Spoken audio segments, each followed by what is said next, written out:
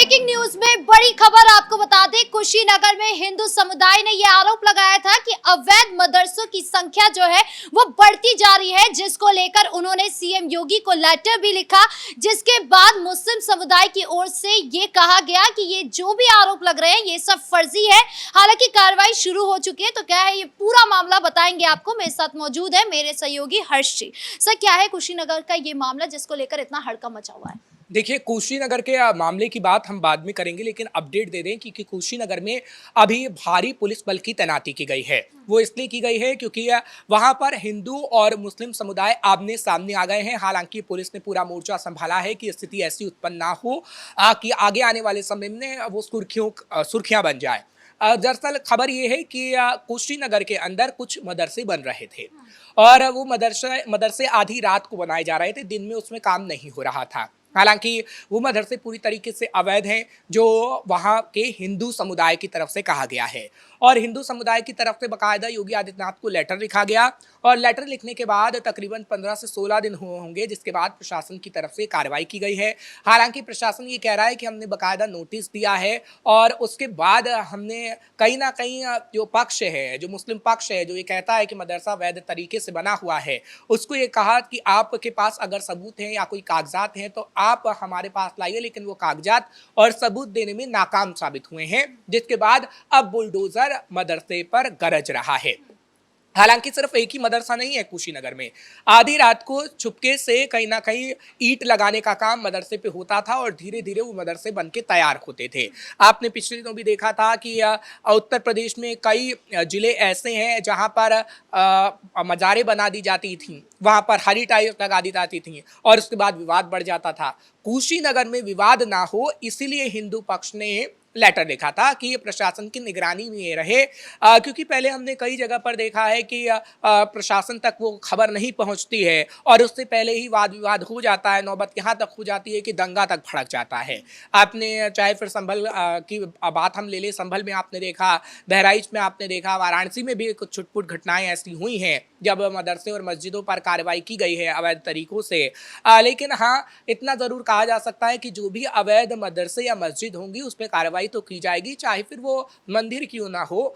कार्रवाई तो योगी सरकार करेगी, क्योंकि योगी सरकार अवैध अतिक्रमण को बर्दाश्त नहीं कर रही है। लेकिन ये अवैध मदरसे हो या मस्जिद हो, बार बार ये रातों रात क्यों खड़े कर देते हैं? इसके पीछे की मानसिकता क्या है? क्योंकि हमने इससे पहले भी कई बार देखा है कि कभी मंदिर को लेकर इस तरीके की खबर नहीं आई है कि रातों रात मंदिर खड़ा कर दिया हो, लेकिन मदरसे हो, मस्जिद हो, ईदगाह हो, इसको लेकर बार बार ऐसी खबर क्यों आती है? देखिए, जानबूझकर कुछ कट्टरपंथी ऐसा करने की कोशिश करते हैं और उसके पीछे कहीं ना कहीं एक पार्टी का साथ होता है।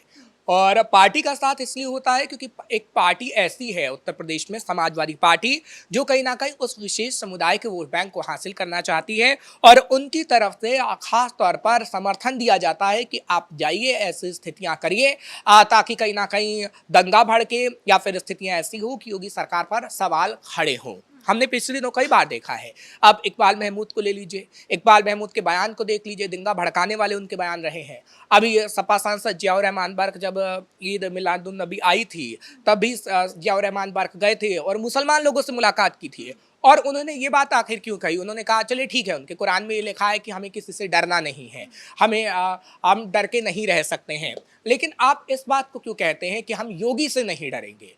आप इस बात को क्यों कहते हैं कि आपकी मस्जिदों को शहीद किया जा रहा है? अगर आप ऐसी बात कहते हैं तो कहीं ना कहीं लोग तो भड़केंगे ही और भड़काऊ बयान अगर आप देंगे तो दंगा तो होगा। तो आप ये साफ तौर पर कह सकती हैं कि समाजवादी पार्टी के कई सांसद और विधायक, जिनको काम पर समाजवादी पार्टी के मुखिया अखिलेश यादव ने ही लगा रखा है, इसलिए ऐसा होता है कि कुछ कट्टरपंथी रातों रात मदरसों का निर्माण करा देते हैं, कुछ कट्टरपंथी रातों रात मस्जिद का निर्माण करा देते हैं, मजार का निर्माण हो जाता है और उसके बाद उत्पन्न होता है तो विवाद। शिकोहाबाद में देख लीजिए, ऐसी स्थिति हुई और कई जगह ऐसी हैं जहां पर ऐसी स्थितियों को उत्पन्न करने की कोशिश की जाती है। क्या कुशीनगर में भी यही हो रहा है कि समाजवादी पार्टी का हाथ है पीछे? देखिए अगर मैं बात करूं समाजवादी पार्टी की, तो समाजवादी पार्टी के पास अभी कोई ऐसा मुद्दा नहीं है जिस पर वो चुनाव लड़ पाए। समाजवादी पार्टी के पास ऐसा कोई विजन नहीं है जिस पर वो चुनाव लड़ पाए। और जो आप मॉनिटर कर रही हैं अखिलेश यादव को या फिर समाजवादी पार्टी के नेताओं को, उनके बयानों से यही लगता है कि वो सिर्फ मुसलमानों को साधना चाहते हैं, मुसलमानों को सिर्फ ये बताना चाहते हैं कि आपके मसीहा हम ही हैं। आपके मसीहा पहले मुलायम सिंह यादव थे, उसके बाद अखिलेश यादव ही बने हैं, और उसके अलावा आपके पास कोई ऑप्शन नहीं है। आप देखिए आपके मदरसों को तोड़ा जा रहा है जिसमें आपको तालीम मिलती है, आप देखिए आपके मस्जिदों को तोड़ा जा रहा है, आप देखिए आपकी मज़ारों को तोड़ा जा रहा है। और योगी सरकार कहीं ना कहीं ऐसा करके हिंदुओं को आगे बढ़ाना चाहती है, लेकिन मुस्लिमों को गर्त में ढकेल देना चाहती है। एक नैरेटिव बनाने की कोशिश कहीं ना कहीं अखिलेश यादव करना चाहते हैं, क्योंकि अखिलेश यादव के पास अभी कुछ ऐसा है नहीं कि अखिलेश यादव जनता को बता पाए कि हाँ हमने मुसलमानों के लिए काम किया है या फिर मेरे पिता ने मुसलमानों के लिए काम किया हो। कुशीनगर में भी अभी जो ये मामला सामने आया है, इस पर भी समाजवादी पार्टी जो है अपना आरोप लगाने वाली है कि ये मुस्लिमों को टारगेट करने के लिए इस तरीके की कार्रवाई की जा रही है। क्या ये होने वाला है? देखिए ये हमेशा से होता रहा है, ऐसा नहीं है कि कुशीनगर की बात हो, बहराइच में ले लीजिए, वाराणसी में ले लीजिए, या फिर अलग अलग जगहों पर संभल में ले लीजिए। क्योंकि अभी भी अखिलेश यादव जब भी प्रेस कॉन्फ्रेंस करते हैं तो बात वो मुसलमानों की ज़रूर करते हैं, बात वो बुलडोजर एक्शन की ज़रूर करते हैं, लेकिन वो ये नहीं बताते हैं कि अवैध अतिक्रमण को आखिर बढ़ावा किसने दिया है। जब उनकी सरकार रही थी तभी अवैध अतिक्रमण को बढ़ावा दिया गया था, लेकिन अखिलेश यादव ये नहीं बताएंगे। हाँ, अखिलेश यादव ये जरूर बताएंगे कि देखिए योगी आदित्यनाथ की सरकार में कैसे समाजवादी पार्टी के सांसदों पर ही कार्रवाई होती है, समाजवादी पार्टी के विधायकों पर ही कार्रवाई होती है, और कैसे मुसलमानों पर ही कार्रवाई होती है। लेकिन जो अवैध तरीके से चीजें बनी हैं उस पर तो कार्रवाई होगी ही होगी। हाँ, हमने कई मामलों में ऐसा भी देखा है कि अगर कोई मजार है और कोई अपील करता है कि उस मज़ार को शिफ्ट कर दीजिए, तो उसकी शिफ्टिंग भी होती है। क्योंकि कई बार आरोप समाजवादी पार्टी की तरफ से लगाया गया कि मंदिर पर ऐसी कार्रवाई नहीं होती, मंदिरों की मूर्तियों को पहले शिफ्ट किया जाता है, उसके बाद वो कार्रवाई की जाती है। लेकिन ऐसा नहीं है, हमने कई मज़ारों को भी देखा है कि उनको शिफ्ट करने का काम किया गया है। क्योंकि हाँ, अगर आप अपील करते हैं लेकिन अगर आप अड़ जाते हैं कि नहीं ये तो वैध तरीके से है, तो कहीं ना कहीं आपको सबूत दिखाने होंगे। लेकिन अगर आप अपील करते हैं तो वो प्रशासन भी सुनता है और प्रशासन उस अपील पे ध्यान भी देता है। चुनाव पर इसका कितना असर होने वाला है? क्योंकि सीएम योगी की अभी तक के पूरे एक्शन को लेकर बात करें तो उन्होंने बुलडोजर एक्शन जिस तरीके से चलाया है वो काफी ज्यादा उसकी सराहना हो रही है, लेकिन वही दूसरी तरफ अखिलेश यादव काफी निशाना साध रहे हैं। देखिए कहीं ना कहीं हर एक राजनीतिक पार्टी अपने एजेंडे को लेकर चलती है। योगी आदित्यनाथ को पता है कि बुलडोजर एक्शन से उन्हें फायदा ही होने वाला है। योगी आदित्यनाथ को पता है कि कैसे हिंदुत्व के एजेंडे को साध के उन्हें ही फायदा होने वाला है, और इसलिए योगी आदित्यनाथ बुलडोजर एक्शन भी कर रहे हैं और हिंदुत्व के एजेंडे को भी साध रहे हैं। आपने देखा कि लोकसभा चुनाव में किस तरीके से लोकसभा चुनाव से पहले जब वो ज़्यादा विकास की बात करने लग गए तो कहीं ना कहीं उन्हें नुकसान भी हुआ। लेकिन उसके बाद वो दोबारा से अब हिंदुत्व के एजेंडे पर लौट आए हैं, क्योंकि पहले जब वो हिंदुत्व के एजेंडे की बात करते थे तो उसका फायदा सीधा विधानसभा चुनाव में मिलता था।